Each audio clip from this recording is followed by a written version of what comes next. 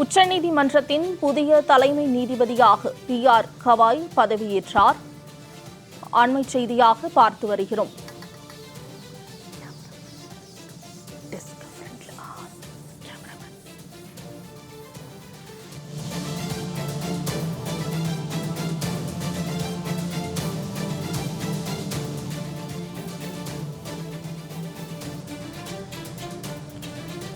உச்சநீதிமன்றத்தின் புதிய தலைமை நீதிபதியாக பி.ஆர். கவாய் பதவியேற்றார். நவம்பர் மாதம் ஓய்வு பெறும் வரை 6 மாத காலம் பி.ஆர். கவாய் பதவியில் தொடர்வார் என்று அறிவிக்கப்பட்டுள்ளது. உச்சநீதிமன்றத்தின் புதிய தலைமை நீதிபதியாக பி.ஆர். கவாய் பதவியேற்றுள்ளார். माननीय राष्ट्रपति महोदय, आपकी अनुमति हो तो समारोह का समापन किया जाए. கூடுதல் தகவல்களை செய்தியாளர் ஆண்டன் வழங்க கேட்கலாம். ஆண்டன், உச்சநீதிமன்றத்தின் புதிய தலைமை நீதிபதியாக பி.ஆர். கவாய் பதவியேற்றுள்ளார். இது குறித்த கூடுதல் விவரங்களை பதிவு செய்யலாம். வணக்கம் மோனிஷா. அதாவது இந்தியாவுடைய 52வது தலைமை நீதிபதியாக நீதிபதி பி.ஆர். கவாய் பதவியேற்றுக் கொண்டிருக்கின்றார். இது சற்று முன்னர் தான் 10 மணிக்கு இந்த குடியரசுத் தலைவர் மாளிகையில் குடியரசுத் தலைவர் அவருக்கு பதவி பிரமாணம் செய்து வைத்தார். இந்த நிகழ்ச்சியில் பிரதமர் நரேந்திர மோடி, அதுபோல குடியரசு துணைத் தலைவர் ஜெகதீப் தங்கர் உள்ளிட்ட பல்வேறு பிரமுகர்களும் இந்த பதவியேற்பு நிகழ்ச்சியில் கலந்து கொண்டனர். பி.ஆர். கவாயை பொறுத்தவரையில் 1960ஆம் ஆண்டு நவம்பர் 24ஆம் தேதி மகாராஷ்டிரா மாநிலத்தின் அமராவதியில் பிறந்தவர். அவர் மார்ச் 1985ஆம் ஆண்டு வழக்கறிஞர் பணியில் சேர்ந்தார்.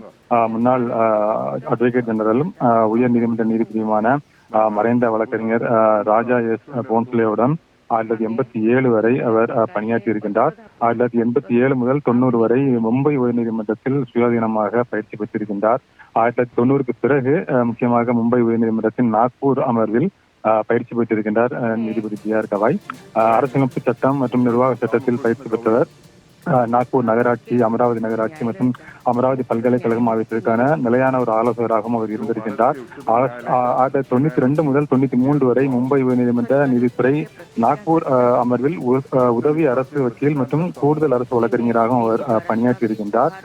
2000ஆம் ஆண்டில் நாக்பூர் அமர்வில் அரசு வக்கீல் மற்றும் அரசு வக்கீலாக அவர் நியமிக்கப்பட்டவர். அதன் பிறகு 2003 ஆண்டு மும்பை உயர்நீதிமன்றத்தின் கூடுதல் நீதிபதியாக அவர் பதவி பெற்றிருந்தார். 2005ஆம் ஆண்டு மும்பை உயர்நீதிமன்றத்தின் நிரந்தர நீதிபதியாக அவர் பதவியேற்றிருந்தார். அதன் பிறகு மும்பையில் உள்ள முதன்மை அமர்வில் அனைத்து வகையான பணிகளையும் அவர் மேற்கொண்டிருந்தார். இந்த நிலையில்தான் 2019ஆம் ஆண்டு இந்திய உச்சநீதிமன்றத்தின் நீதிபதியாக அவர் பதவி உயர்வு பெற்றார்.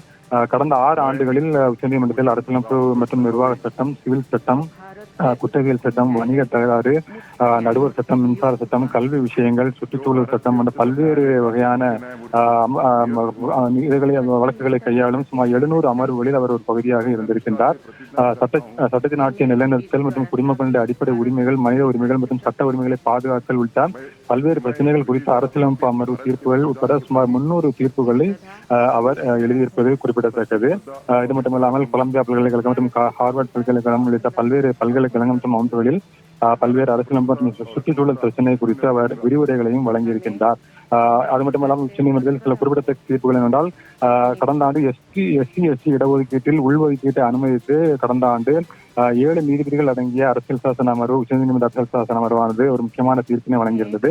அந்த தீர்ப்பில் நீதிபதி பி.ஆர். கவாய் இடம்பெற்றிருந்தார் என்பது குறிப்பிடத்தக்கது. அதே போல ஜம்மு காஷ்மீருக்கு சிறப்பு அந்தஸ்து வழங்கிய அந்த சட்டப்பிரிவு 370 ரத்து செய்யப்பட்டது செல்லும் என கடந்த 2023ஆம் ஆண்டு உச்சநீதிமன்ற 5 நீதிபதிகள் அடங்கிய அரசியல் சாசன அமர்வு தீர்ப்பு வழங்கியது.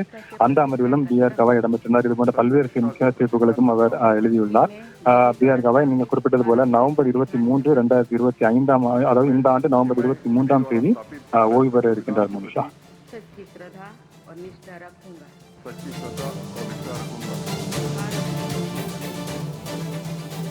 ஆண்டன், தகவல்களுக்கு நன்றி.